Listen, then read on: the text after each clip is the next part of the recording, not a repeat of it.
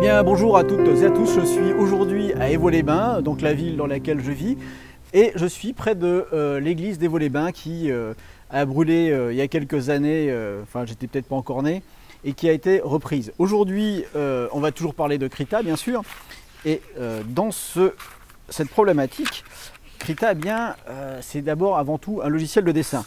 Alors j'ai quelques problèmes moi à faire du dessin sur Krita avec la tablette et je vois notamment une différence entre le dessin, enfin la sensation de la tablette et du carnet. Alors je vous avoue que je fais du dessin par exemple ici des arches, des portes que je vois en tenant compte des ombrages qui changent un petit peu dans la journée, mais c'est pas la même chose sur tablette. Alors la question est-ce que ça vient de ma position de mon crayon ou autre, je n'ai pas encore trouvé. Mais vous allez voir que sur Krita, on va pouvoir s'aider de certains guides que je vous présenterai dans la deuxième partie. Bon, alors, pour le dessin, il n'y a pas 36 solutions. Moi, j'ai un petit carnet à dessin, toujours mon livre dessin mode d'emploi, bon, qui me sert aussi de support, et une gomme, un crayon, ma foi, HB, et puis un dosage pour les traits. Tout simplement, alors maintenant, pour faire les verticales et les horizontales, ou ainsi que les arcs de cercle, je me contente de passer mon crayon comme ceci et de les faire verticales. Il ne faut jamais se servir de règles. En fait, lorsque vous vous servez d'une règle, la problématique est la suivante, c'est que vous n'allez plus réussir à vous en passer. Il faut exercer votre œil à regarder les ombres, les éclairages, les surfaces. C'est-à-dire qu'il faut tout décomposer en différentes formes. Après, sur le dessin, votre main, sans la règle, vous permettra de dessiner. Alors, moi je dessine, je commence au 2H de façon à faire des traits fins au niveau des traits de construction sans appuyer sur ma feuille. Donc là, au niveau du dessin, je vais regarder les arches. J'ai fait une horizontale et je vais dessiner juste des lignes parallèles dans un premier temps, en essayant de respecter un petit peu les profondeurs et les largeurs. Et donc ici, je le fais à la main. Derrière, je constate qu'il y a un angle ici qui est caché. Donc je vais reprendre cet angle toujours dans les parallèles. Et ensuite, je vais avoir des arches. Alors les arches, moi c'est simple, je tourne. Vous allez voir que dans Krita, on avait vu ça la dernière fois. On peut également tourner la feuille.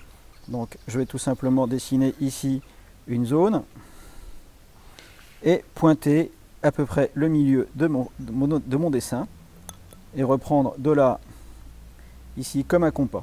Alors moi j'y arrive bien comme ceci, voilà. Alors l'idée c'est de faire des traits d'un coup. Si on n'y arrive pas, on utilise la gomme, c'est pas grave. On est ici en mode brouillon. Et on s'impose des points de passage, ici, comme ceci.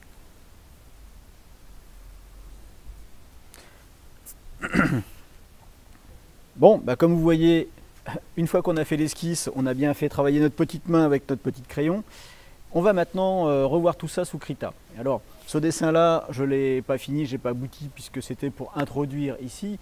Ceci dit, n'oubliez pas une chose, le dessin, c'est surtout de l'entraînement.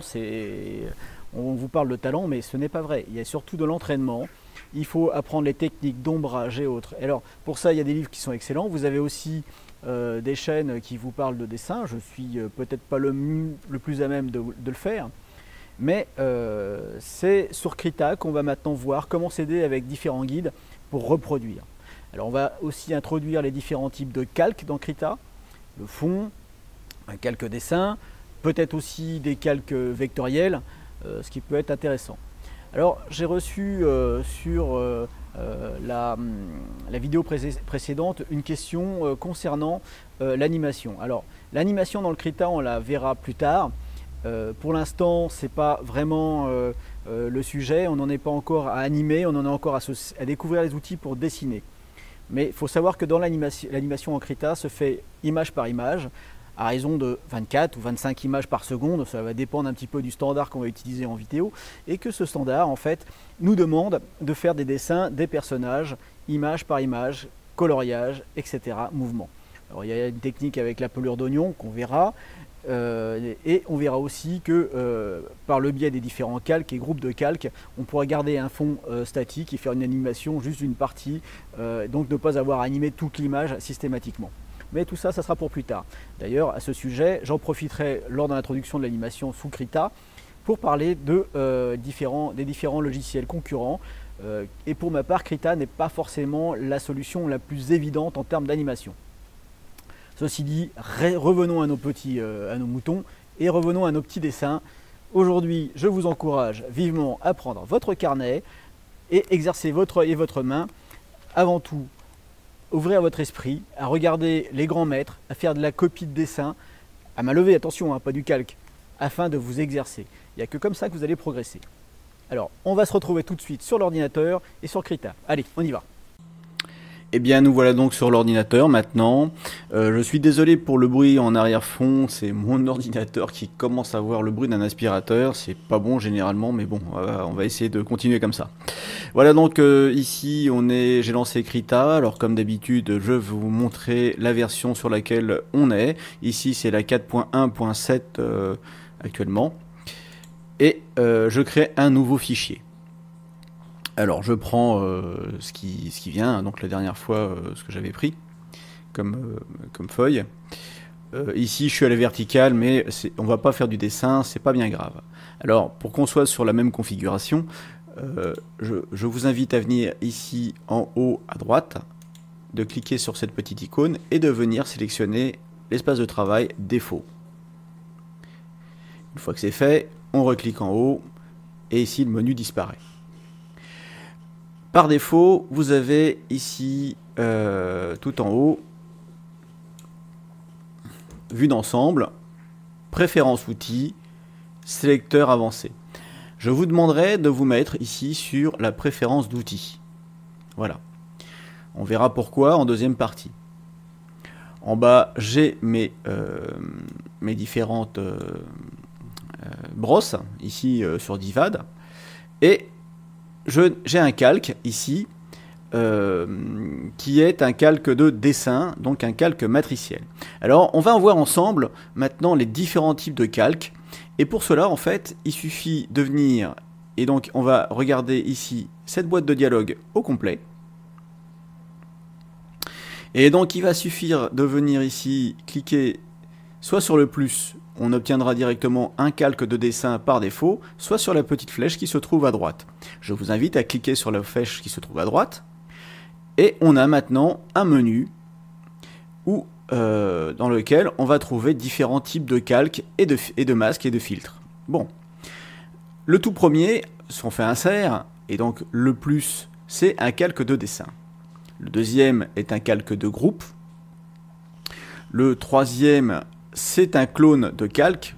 Comprenez par là qu'on va prendre un calque A, je clique là-dessus, et on va obtenir un calque A', c'est-à-dire deux fois le même calque. En quelque sorte, c'est une copie.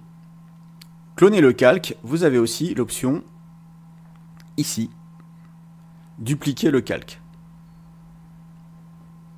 Revenons ici à ce menu.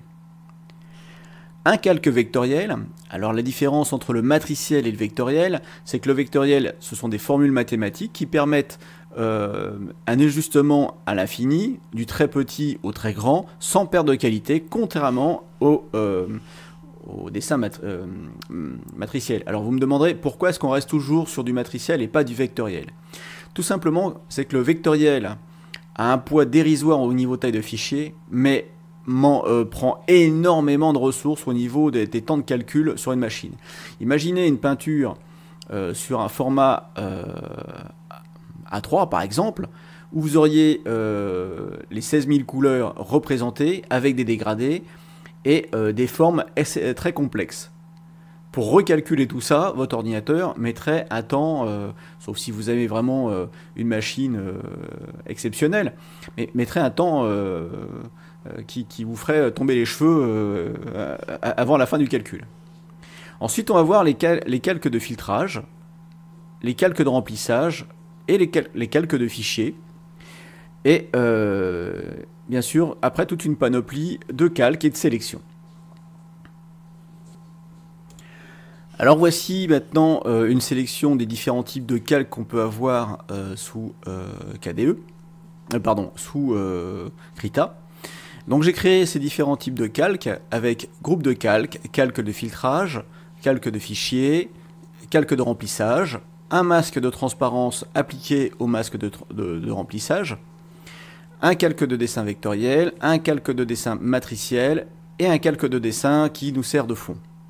On va voir ensemble les différentes parties de ce panneau.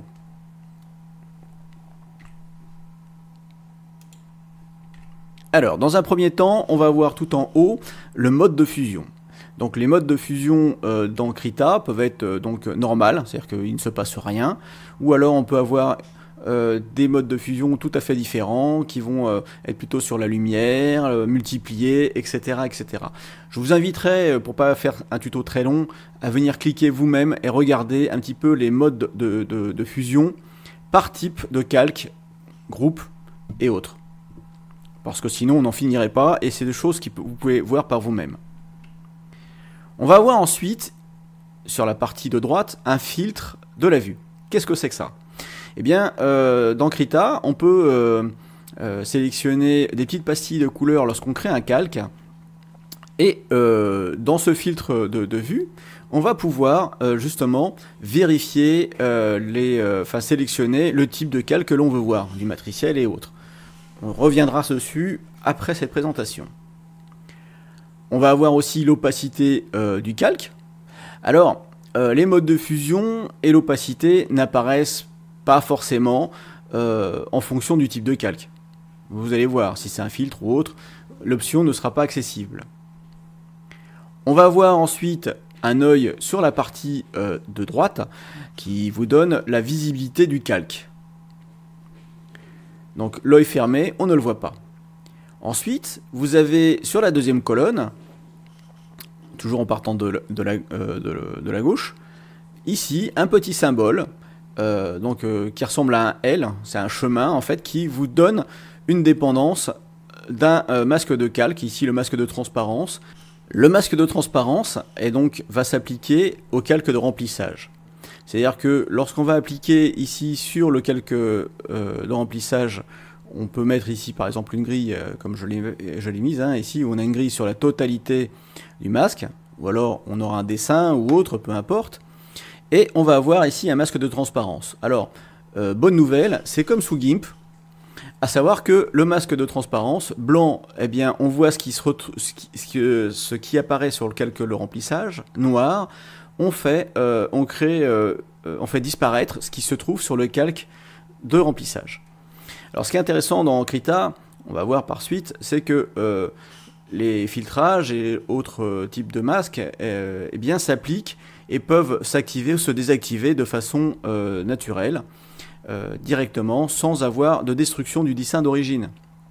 Qui est très intéressant. Dans GIMP, ce n'était pas le cas.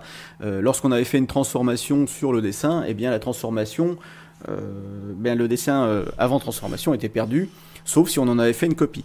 Ce qui n'est pas le cas ici dans Krita. On va continuer ici sur la vignette donc, de dépendance ou vignette de contenu. Alors, donc, pourquoi de contenu? Parce que donc la dépendance, on l'a vu, c'est ici le petit L, et de contenu, parce qu'on va voir ce que contient le calque. En fait, c'est une petite vignette qui vous fait une miniature, tout simplement. On va avoir ensuite sur la troisième colonne le type de calque. Alors, depuis le début, je vous parle de calque de groupe, calque de filtrage, fichier, etc. Mais regardez bien sur cette colonne ici, vous allez avoir sur le calque de groupe une icône bien particulière qui vous rappelle un dossier, un calque de filtrage qui rappelle un symbole chimique avec un entonnoir et un pot, un calque de fichier, tout simplement. Alors le calque de fichier, je reviendrai tout à l'heure, hein. Mais bon, là ils n'étaient pas inspirés puisqu'ils avaient déjà pris le calque de groupe, donc ici il y a une espèce de cercle. Un calque de remplissage, voilà, donc ici on voit une espèce de pot de peinture qui va sur une feuille avec une icône. Donc ici, là on a le calque, le masque de transparence à côté qui reprend ça en troisième colonne. Un calque de dessin vectoriel reconnaissable à ces 3 points, donc ce sont qui représentent des points, des nœuds au niveau des vecteurs. Et là, on a tout simplement un crayon sur une feuille de dessin, donc c'est le dessin matriciel. Le premier, je l'ai laissé tel quel, un calque de dessin, je ne l'ai pas renommé, puisque c'est celui d'origine. C'est un calque de dessin qui a été tout simplement rempli avec un fond, ici un fond blanc par défaut.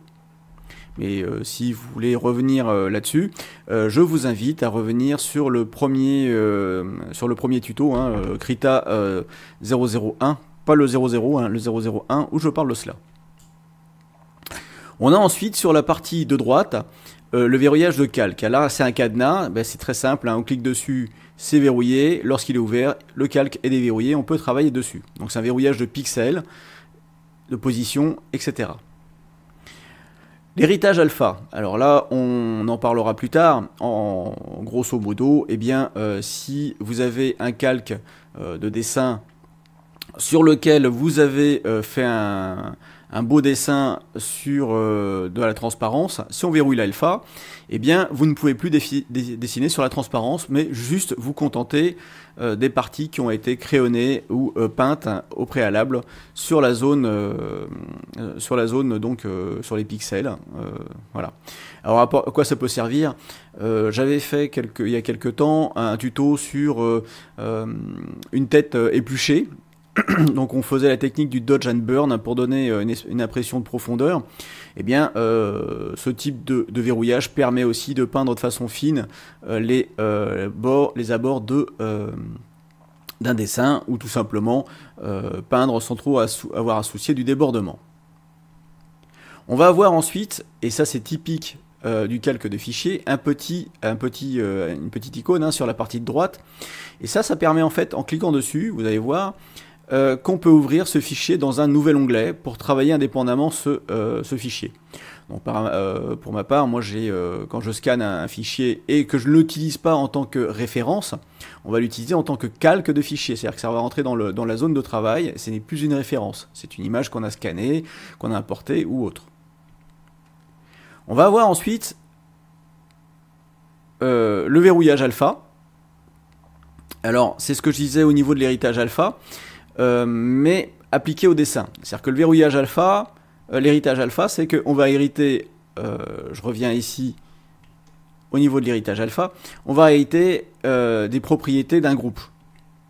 Alors que le verrouillage alpha, ici, eh bien, ça s'applique au calque lui-même et à rien d'autre. On va voir ensuite ici la fameuse poubelle. Alors la poubelle fonctionne comment? Vous devez d'abord sélectionner un calque. Par exemple ici sur ce dessin, j'ai calque de groupe qui est sélectionné puisqu'il est sur fond bleu et non pas sur fond gris. Et si je clique sur la corbeille, eh bien le calque de groupe disparaîtra. On va voir ensuite ici les créations de calque ou le filtre qu'on a vu au début de façon dynamique. Donc par défaut, lorsqu'on clique sur le plus, on va voir un calque de dessin matriciel. On va pouvoir ici dupliquer le calque sélectionné, le calque ou le filtre sélectionné. Donc ici par exemple le calque de groupe est sélectionné, je clique sur cette icône, et bien je vais avoir un deuxième calque de groupe. On va avoir ensuite un déplacement de calque sélectionné dans la pile. Alors en quoi est-ce important? Les calques sélectionnés dans la pile permettent de poser un calque au-dessus ou en dessous d'un autre calque. Alors vous savez que dans Krita, comme dans GIMP, comme dans beaucoup de logiciels, même dans Blender, ce que l'on voit en premier, c'est ce qu'il y a au-dessus, et ainsi de suite. Donc on voit d'abord le calque de groupe, etc., etc. Donc si on a fait, par exemple, une ligne, et qu'ensuite on a fait un remplissage qui est un petit peu débordant sur la ligne, si on met le remplissage avant la ligne, on ne verra plus du tout la ligne. Donc d'où l'importance ici de classer ces calques. Mais bon, vous en faites pas ici, je fais une présentation approfondie de façon à que vous puissiez revenir sur ce tuto si vous avez un doute sur un type de calque. Mais de toute façon, on va s'en servir et revoir tout ça tranquillement dans l'action. On va voir ensuite les modifications ou consultations détaillées des paramètres des calques sélectionnés. Alors, qu'est-ce que c'est? Lorsqu'on crée un calque, on va nous poser quelques questions et on va y répondre rapidement. Si on veut modifier les propriétés de ce calque, c'est ici qu'on va venir. Alors regardons, je vais créer ici un calque. Donc je vais cliquer sur plus, donc ça va me donner automatiquement un calque dessin. Voyez ici que si je sélectionne la partie, ou si je laisse ma souris un petit peu longtemps, on voit directement ce qu'il y a dedans. Vous voyez ici un calque dessin, c'est vide. Le vide est représenté par un damier, et vous avez ici le fond. Bon, je vais prendre ici ma petite tablette graphique, et on va tracer un petit dessin pour tout simplement commencer.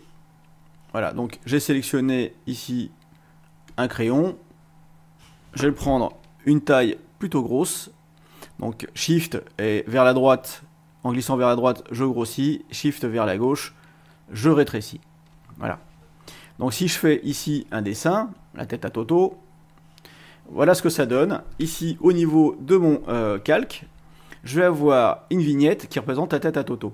Je vais laisser dessus un peu plus longtemps et on va voir. Et maintenant, je vous invite à lire ce qu'il y a sur la droite. Visible, oui. Verrouillé, non. Opacité, 100%. Mode de mélange, ça va être normal. Hop, il a disparu. Hérité, alpha, non. Alpha verrouillé, non. Bon.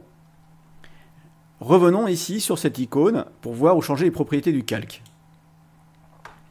On va voir ici plusieurs choses. Le nom du calque. Donc ici, vous voyez que j'ai calque 2 sur la droite et calque 2 ici. Si je change le nom, en appelant ça tête à Toto, on voit immédiatement ici le changement. On peut avoir ici une opacité. Alors l'opacité, je peux la changer ici ou avec ces petits ascenseurs. Le mode de mélange, c'est là où je vous disais, hein. Donc on peut assombrir, brûler, normal, saturation, etc. Et vous avez pas mal de choses. Donc ici par exemple le TSL et autres, on verra ça plus tard lorsqu'on fera de la mise en couleur. C'est assez intéressant. Pour l'instant on n'en est pas là. Donc ici incrustation, alors incrustation vous voyez qu'on voit plus rien. Et là on peut aussi changer directement là. Donc là j'ai juste ma souris posée sur l'onglet là, enfin sur l'ascenseur, enfin sur cette partie, et je la fais tourner vers le bas, ce qui permet moi de changer et de voir un petit peu ce que ça donne. Voilà, donc je l'ai laissé sur normal. Donc vous avez ici cette propriété. Alors là je suis juste avec un niveau de gris, mais vous avez ici l'espace colorimétrique qui nous est rappelé. C'est-à-dire que lorsque j'ai créé mon dessin initialement, j'ai cliqué sur rapidement, je vais passer sur la chose, mais vous avez ici le type, donc RGB, alpha, 8 bits, etc., etc., le profil qui est utilisé, et une étiquette de couleur. Alors l'étiquette de couleur ici, j'ai une croix, c'est-à-dire que j'ai rien, mais je vais prendre par exemple bleu, pour étiquette de couleur, et là, vous voyez qu'ici, j'ai du bleu, hein, sur Toto, je vais prendre du rouge, et vous voyez qu'ici, maintenant, cette étiquette est rouge. Alors si je crée plusieurs, je viendrai après, mais vous allez voir, si je crée ici plusieurs types de calques, je prends le calque 4, je vais le mettre aussi en rouge, voilà, je vais le mettre en rouge, alors il faut que je valide ici. Donc, je vais mettre une étiquette de couleur et je vais mettre du rouge. Donc ici, vous voyez que j'ai calque 1, 3, 4 et tête à Toto. Eh bien, je vais revenir ici sur ce filtre et je vais sélectionner seulement le rouge.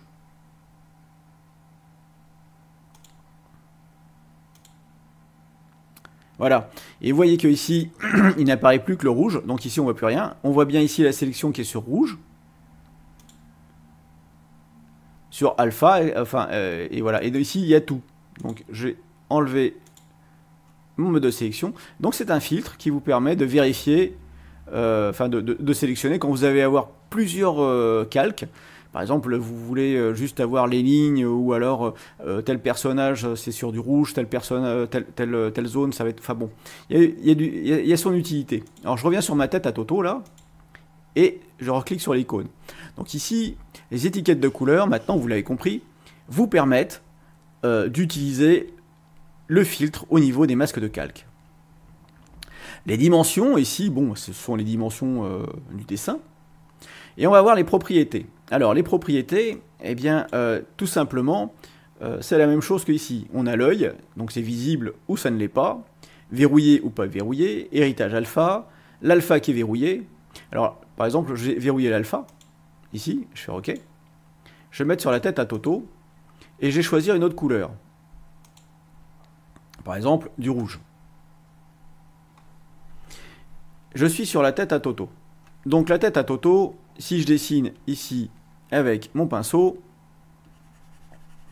il ne se passe rien. Regardez ici l'icône, j'ai l'alpha qui est verrouillé.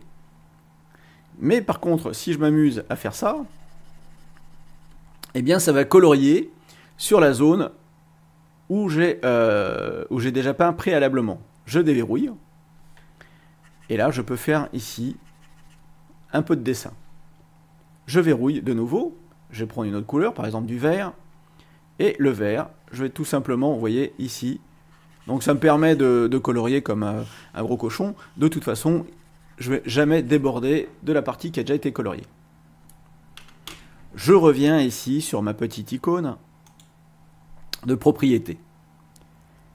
J'enlève le verrouillage alpha. Et maintenant, comme j'ai un petit peu de couleur, on va voir les canaux actifs. Eh bien, sur les canaux, vous savez que on est donc sur du logiciel, et sur le logiciel, on est donc avec des couleurs émissives. C'est-à-dire que c'est pas la lumière qui se réverbère, c'est bel et bien une couleur qui est envoyée depuis des pixels. Donc si j'enlève les bleus, je ne verrai plus les bleus, les verts, je vois plus que les rouges, et si je vois plus les alphas, c'est pareil. Voilà. Donc ici, vous voyez que rien n'a changé au niveau de l'information. Ça a été fait ici dans la boîte de dialogue directement. Donc si je veux retrouver mes couleurs, je vais devoir revenir ici sur les différentes options.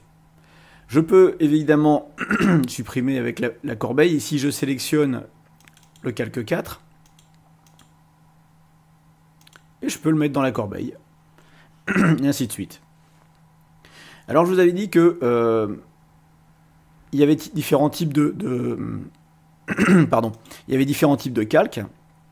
Par exemple, si je prends un calque vectoriel, ici, je vais être sur le calque vectoriel. Si je prends maintenant mon outil pinceau, tout en haut, eh bien, ça ne fonctionnera pas. Pourquoi? Parce que l'outil pinceau n'est pas un outil vectoriel. Pour ça, il faudrait que je prenne une ligne. Et là, vous voyez que ça me trace des lignes. Le vectoriel va fonctionner. Regardons un petit peu au niveau du vectoriel, quelles sont aussi les possibilités. Voilà, vous avez exactement les mêmes possibilités. Donc je ne reviendrai pas dessus. Certaines ont disparu. Regardez bien ici, visible, verrouillé, hérité alpha. Si je reviens sur la tête à Toto, visible, verrouillé, hérité alpha, alpha verrouillé. Vous voyez que ici, comme c'est des formules mathématiques sur la partie vectorielle, eh bien, vous n'avez que des combinaisons de lignes et rien d'autre. Continuons. Donc, un calque de groupe, ici, par exemple, si je vais créer Toto et que je le glisse directement dans mes groupes, donc par exemple, ici, je veux que celui-ci soit vers en bas, enfin, sous la tête à Toto. Je vais sélectionner mon calque 5, donc le vectoriel, et l'amener vers le bas. Si je masque le groupe, eh bien, ça va masquer tous les calques. Si je sélectionne mon groupe, on peut aussi jouer sur l'opacité. On peut aussi lui affecter une couleur et le filtrer. Revenons ici sur les propriétés. Vous voyez que on a plusieurs options encore, passer à travers également. Je ne vais pas rentrer dans tous les détails tout de suite. On verra ça, comme je vous disais, hein, au fil des travaux qu'on va réaliser. Je vais me remettre ici sur le calque 1. Et par exemple, on va aller sur un calque de remplissage. Alors vous voyez que calque de remplissage, il vous donne un nom, une couleur ou motif. Je vais prendre un motif pour que ça soit plus simple. Hop. Et donc j'ai un motif. Et sur ce motif, alors, on a juste une opacité. Et alors on va regarder ici dans les produits, vous voyez que la seule chose qu'on puisse faire ici maintenant, ça va être changer le motif et revenir dessus. Voilà, donc le motif a été changé. Alors je profite du motif maintenant pour venir ajouter un masque de transparence. Vous voyez qu'ici on a le masque de transparence, donc je vais me mettre en couleur par défaut, tout en haut ici. Le noir va être transparent. Je vais prendre un gros crayon et je vais tout simplement grossir. Hop. Ah oui, il faut que je me remette ici sur pinceau, pardon. Donc je me remets sur pinceau. Je vais grossir la taille de mon pinceau. Et je vais peindre en noir les zones que je ne veux pas.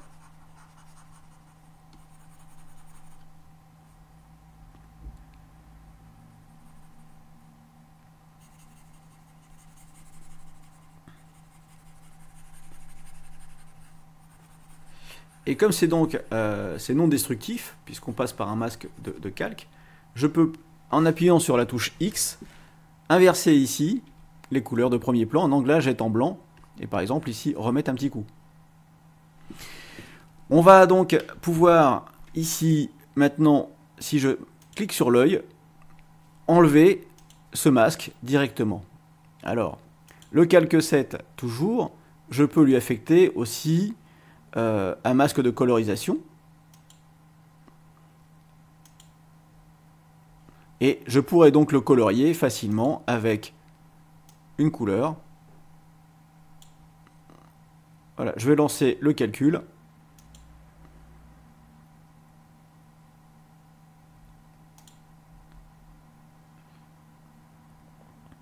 Donc là, on applique une couleur. Alors donc là, il est en train de calculer, hein, vous voyez, la barre d'espace, enfin la petite barre de progression avance.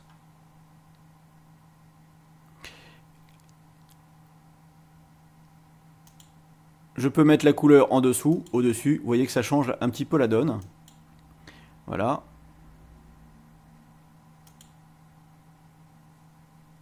Et vous avez toujours la transparence. Donc par exemple ici, si j'enlève la transparence, on voit tout.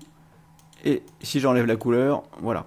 Donc on peut appliquer différents filtres sans jamais perdre au départ le type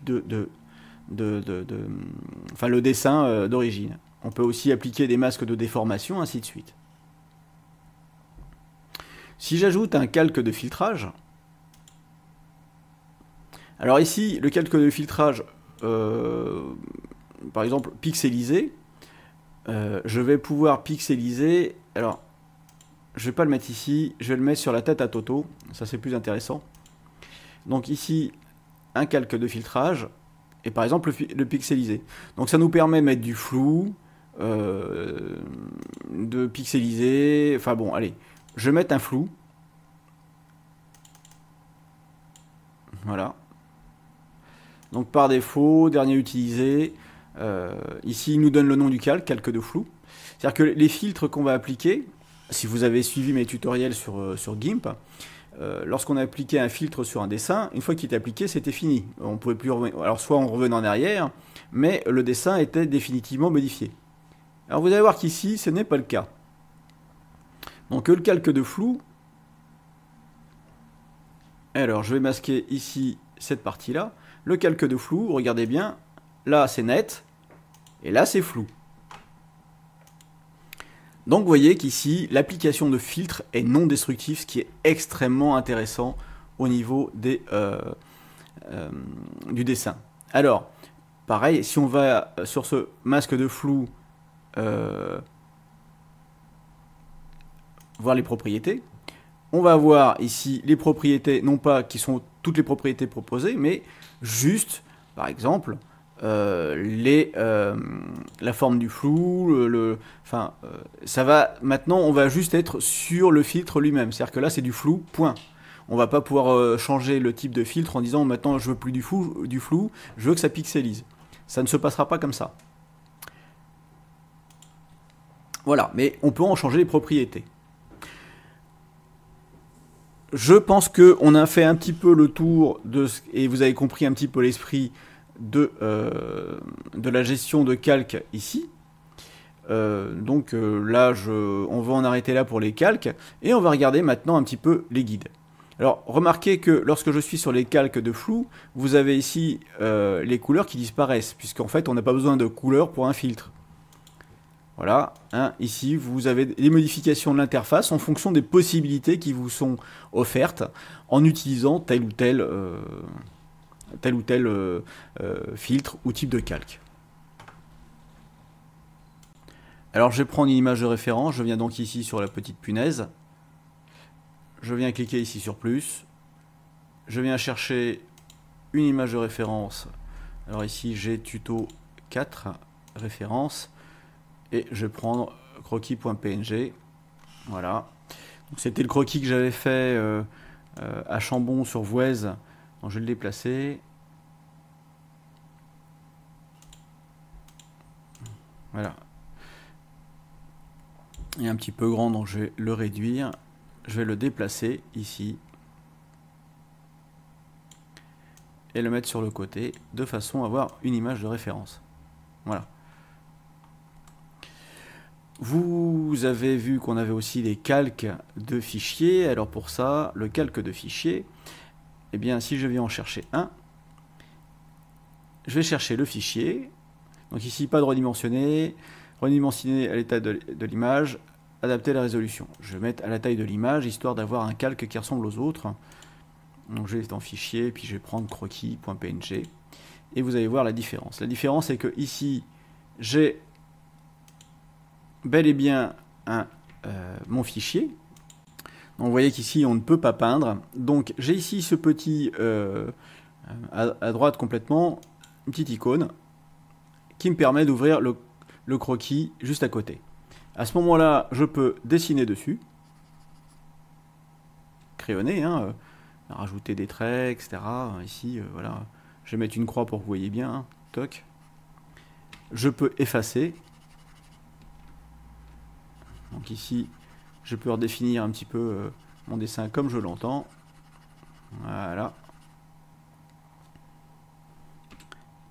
Et donc, alors je fais X pour inverser, je peins tout ça en blanc. Voilà. Effacer, peindre en blanc, etc., etc. Voilà. Donc une fois que c'est fait, on peut enregistrer la modification et revenir dessus. Donc là, ici, ça devient un dessin à part entière. Par contre, ici, c'est un dessin sur lequel, vous voyez, je n'ai aucune possibilité. Maintenant, si je veux effacer partie de ce dessin, on a la possibilité d'ajouter... Pardon, hop, ah, j'ai fait un clic droit, pardon. C'est pas ce que je voulais. Voilà, un calque de transparence, par exemple. Et à ce moment-là, ici, si je peins en noir certaines zones, eh bien, je vais les effacer. Donc là, en fait, le filtre me permet de jouer seulement sur l'image du dessus, sans pouvoir la modifier. Pour la modifier, vous voyez, il faut que je la mette à côté, que je l'enregistre, et après, je pourrai de nouveau travailler dessus. C'était pour vous faire un petit aparté sur la différence entre donc un masque de calque, enfin un calque de fichier, et ici un calque de référence. Alors sur ce calque de référence, on voit qu'on a des verticales, des cercles et autres. Bon, moi je vous ai expliqué que faire ce genre de choses me posait quelques problèmes. Donc si je fais ici, hop, donc si je fais ici une verticale, mais ici je le fais juste avec un mouvement du poignet, alors que d'habitude, sur le dessin, il y a toute l'épaule qui bouge. Et c'est ça qui est un peu gênant. Voilà, donc si je fais ici ce type de dessin, toc.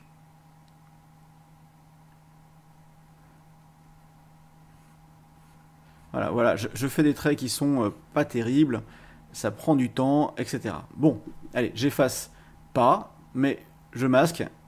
Je vais créer un nouveau calque, ici. Donc, je vais l'appeler assistant. Pour que vous voyez les différences quand je dessine avec un assistant. Alors la partie assistant, eh bien c'est ici cette petite équerre, au-dessus de la punaise de référence, vous avez l'équerre. Je clique dessus, et au niveau des préférences outils, on va avoir courbe de Bézier, etc., etc. Alors, moi je vais prendre ici une règle parallèle. Et la règle parallèle, je vais juste me la coller ici. Tac. Tac. Alors, on voit pas bien. Donc, pour qu'on voit mieux, ici, il y a un code couleur. Et je vais la mettre en rouge pétard. Hop. Et là, vous voyez. Je vais zoomer dessus. Et on va avoir donc ici ces points-là qui nous permettent de modifier notre parallèle. Donc ici, si je me mets bien sur cette parallèle, voilà, je peux étendre autant que je veux cette règle. On peut déplacer la règle ici en cliquant sur l'icône. Donc ici, la boîte est entourée et on peut déplacer la règle comme on le souhaite. Et si je veux supprimer la règle, j'appuie sur ce moins. Alors par exemple, je vais créer une nouvelle règle. Donc pour créer une règle, tant que l'outil est activé, il suffit de se mettre comme ceci, n'importe où, et finalement notre règle fonctionne. Alors je glisse, et notre règle va fonctionner aussi dans ce sens. Donc si j'en veux pas, je supprime. Je clique, voilà, et ici je vais mettre une deuxième règle. Ok, donc maintenant j'ai mes règles qui sont positionnées sur ma référence. Je vais tout simplement utiliser l'outil brosse. Et là, l'outil brosse, donc au niveau de l'affichage ici, vous avez aimanté, aimanter les guides, aimanter la grille, etc. etc. Ne aimanter, vous avez différentes choses. Et vous avez la possibilité d'afficher des grilles et là d'afficher les règles. Moi j'ai mis les règles suivent le pointeur. Donc, sinon vous avez affiché les règles. Donc là, les règles suivent le pointeur, c'est pour ça que vous voyez ici ces règles qui vont suivre mon pinceau. Alors maintenant, si je dessine comme ça, ma règle ne sert pas à grand chose. Donc je fais un CTRL Z. Donc toujours dans Assistant, j'ai ici dans la préférence outils, aimanter les assistants aimantés. Et là vous allez voir, je fais mes traits bien droits. Hop. Alors, j'ai changé de type de crayon. Prendre comme ceci, voilà. Donc je vais me mettre, vous voyez, comme j'ai mis ma règle, je peux mettre ma règle ici à ce niveau-là, au niveau juste avant l'arche, et je peux commencer à faire mes dessins. Alors vous voyez que même si j'ai la main qui tremble, ici, eh bien ça suit.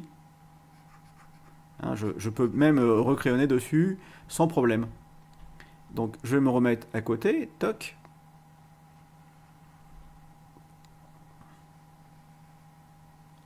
Et puis là, en fait, je vais faire mon seuil. Alors bien sûr, je peux appuyer sur E, érase, et effacer. Ça ne change rien à la méthode. Par contre, si je veux effacer comme ça ne va pas fonctionner. Là, ça suit toujours les règles. Donc pour pouvoir effacer correctement, je vais désactiver ici les règles et pouvoir effacer. Et pour les utiliser de nouveau, je vais aimanter. Donc l'aimantation ici, elle est à 100%. Ce qui veut dire que si j'aimante à peu près, ici par exemple, je vais pouvoir... Alors il faut que je me remette en E. Vous voyez, si j'aimante ici à peu près, voilà, je suis, mais j'ai une certaine liberté de trait. Si j'aimante très fort, ici, je vais perdre cette liberté de trait, mais je vais toujours l'avoir, je peux toujours faire un petit trémolo comme ça, plutôt qu'avoir des traits très verticaux. Donc après, c'est à vous de régler.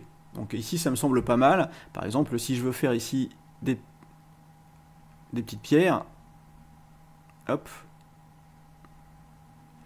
ça va me permettre ici d'avoir une espèce de liberté au niveau de l'assistant. Donc c'est un assistant qui permet donc de... alors j'ai effacé tout ça. Qui permet d'avoir des traits beaucoup plus droits. Alors moi j'aime pas trop, enfin je veux dire c'est bien quand on fait du dessin d'architecture, ce genre de choses, pour aller vite, mais honnêtement je n'aime pas trop du fait que ça fait qu'on va s'appuyer trop sur les assistants, et finalement on va perdre en dextérité au niveau de nos dessins. Et en faisant comme ça, finalement, je me soucie pas beaucoup de la qualité de mon coup de crayon, mais c'est nuisible, je dirais, à l'apprentissage du dessin. Voilà donc pour les règles. Alors, si je veux ajouter une nouvelle règle, on va ajouter, ici, je reviens sur ce genre de choses, et maintenant, je ne veux plus utiliser ces règles, mais je ne veux pas les supprimer non plus. Donc, je clique sur l'œil, et maintenant, ces règles ne sont plus actives.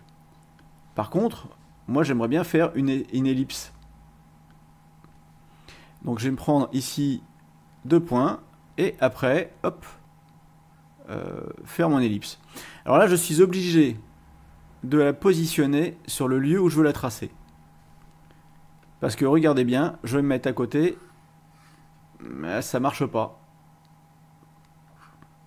Et vous voyez, ça marche pas. Par contre, si je suis bien dessus, alors pardon. Vous voyez ici le crayon, voilà, il suit mon ellipse. Et si je le fais à côté, ça ne fonctionne pas.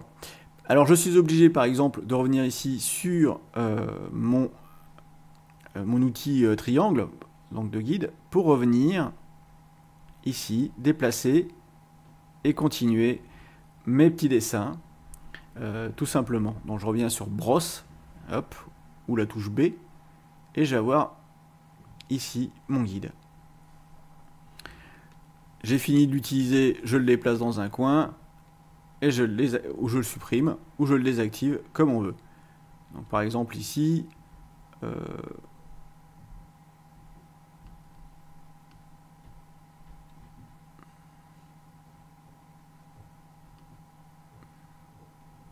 peux la conserver un peu plus loin. Hop. Voilà. Donc si j'en ai fait trop, vous voyez ici, vous allez certainement avoir ce genre de truc. Eh bien, vous sélectionnez ce que vous avez fait et vous pouvez donc remodifier votre ellipse. Par exemple ici, oups, vous voyez, typiquement. Donc je viens bien ici pour la déplacer et je vais prendre ici mes références, tout simplement, pour la recoller à l'endroit voulu. Et je peux continuer mon dessin ainsi de suite. Voilà donc pour les outils. Alors je vous invite à venir découvrir, ici différents types d'assistants, hein. Vous avez les règles infinies. Donc par exemple une règle infinie, qu'est-ce que ça fait? Eh bien je vais pouvoir tracer ici toujours à partir de cette règle. Hop.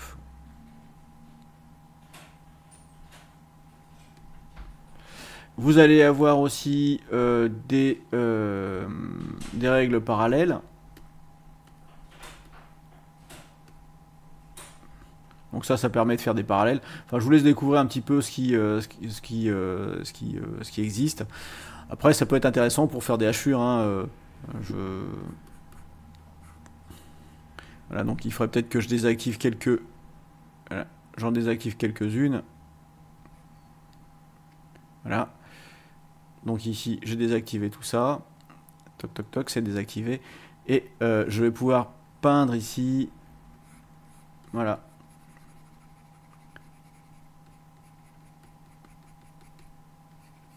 Vous voyez que tout ça, ça fait un peu...